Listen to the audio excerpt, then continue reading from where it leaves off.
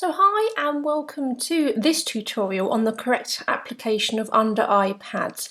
Now this is actually a tutorial that I've covered on my private mentoring group that I run, where I post most of my advanced tutorials. So on YouTube you get to see a lot of my basic stuff that assists the beginners, but if you're a more advanced therapist or you want to be actively involved in the industry and always up to date with advanced technique, please go over to eyelashexcellence.com and have a look at lash tech tutorials, because this is, like I said, where you'll see a lot of my advanced stuff, and this is one of the tutorials that I put on here. But I felt really important that I actually put this for everybody to see, because I'm still seeing so many photographs or pictures of clients with a red eye where there has been a bruise to the eyeball, and this is normally as a result of incorrectly applying pads. So this is a really important tutorial for you to watch to show you how to do it. Now, not many of you probably ever consider the shape of the eye or the shape of the pad that you've got when you are applying your pad, and this is really important because eyes come in different shapes. Now here are just two examples of eye shapes. One is an almond eye and one is a round eye, and you can see they really do vary in the different shape. So the almond eye, and I've put a line that runs through the middle as you can see here, the almond eye's got very little eye below the line, whereas the round eye has got a lot of eye that sits below the round eye, and I actually have a round eye, and this is one of the reasons that when I get eyelash extensions done myself, I always get a bruise to the eyeball, because the pads do not fit me correctly and they really have to be jiggled around or applied in a different technique. So if you've got a client with a very round eye like this, you're going to find that a lot of the time the pad is going to want to touch her eye, and this is where you're going to get reddening in this area underneath here, which is where the pad has touched the eyeball.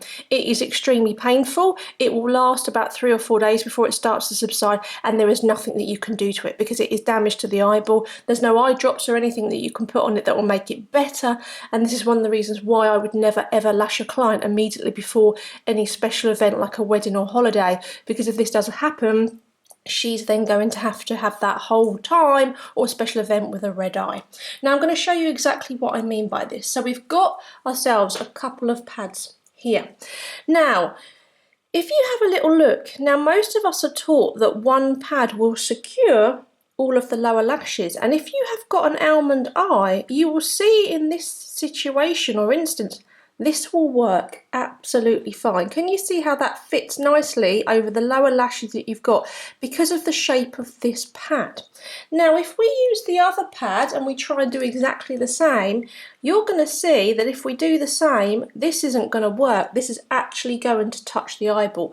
And this is a fantastic visual demonstration to show you exactly how this does it. Now, if I try to avoid the eyeball, I've only managed to cover the inner lashes if I do that, but I've still got the outer lashes exposed, so they would get stuck to the top ones if we had the eye closed and started working lashes.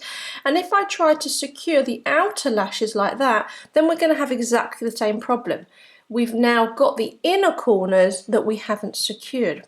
So as you can see, first of all, it's really important to identify what type of eye your client has got. Now, it is worthwhile stocking a variety of pads with different shapes. So some of the pads, some of them actually have quite almost like a deep curve that goes in here. These ones don't. These ones are actually my pads from my shop, Eyelash Excellence, and I absolutely love these pads. They don't ooze, they are nice and thin and flexible, they're lint free so you don't get your tweezers caught in them, and they suit 99% of clients. So if you're looking for a fantastic under eye pad, have a try of these. They're one of our best sellers, and it took me months to find these, and when I did, I knew I had to stock them. So this is the only pad that I use. So although it is sort of one size suits all, I know how to adapt it to suit my client. So what actually you're going to do now, if you had a client with an almond shaped eye, you could put one pad on her like that, and actually this will suit her absolutely fine, so you don't need to do anything else.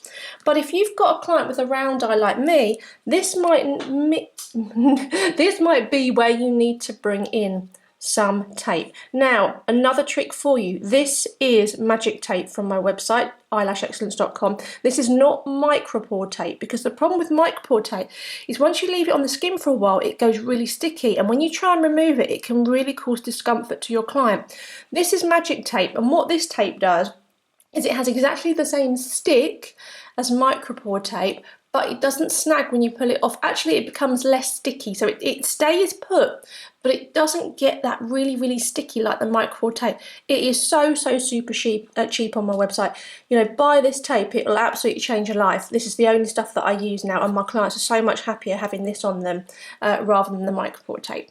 So what I actually do on a client with a round eye is I'm going to take about just under an inch of this magic tape like so, and then you're going to detack it. So you detack it on your client's head, on your hand, on a towel, wherever your regulations state that you can detack it, and I detack it twice.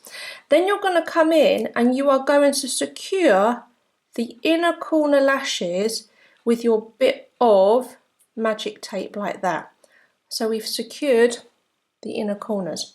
Now we're going to bring our pad in, and then we're going to pad the outer corner, like so. And then we're going to close the eye, and then it's going to mean when the eye is closed, you're going to need to just jig this around a little bit just to make it fit your client a little bit better.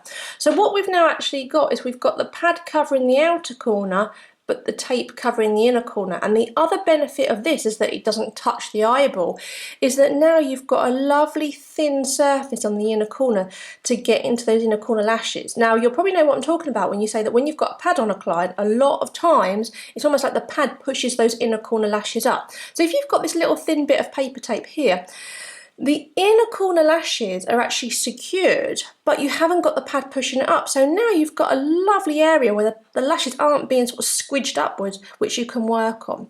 And then what you can do is you can lash your client, and at the end of the set, you take your pad off, and then you take your paper tape off, or your magic tape, and there you go. You have got a lovely, happy client because she hasn't got a bruise to the eyeball.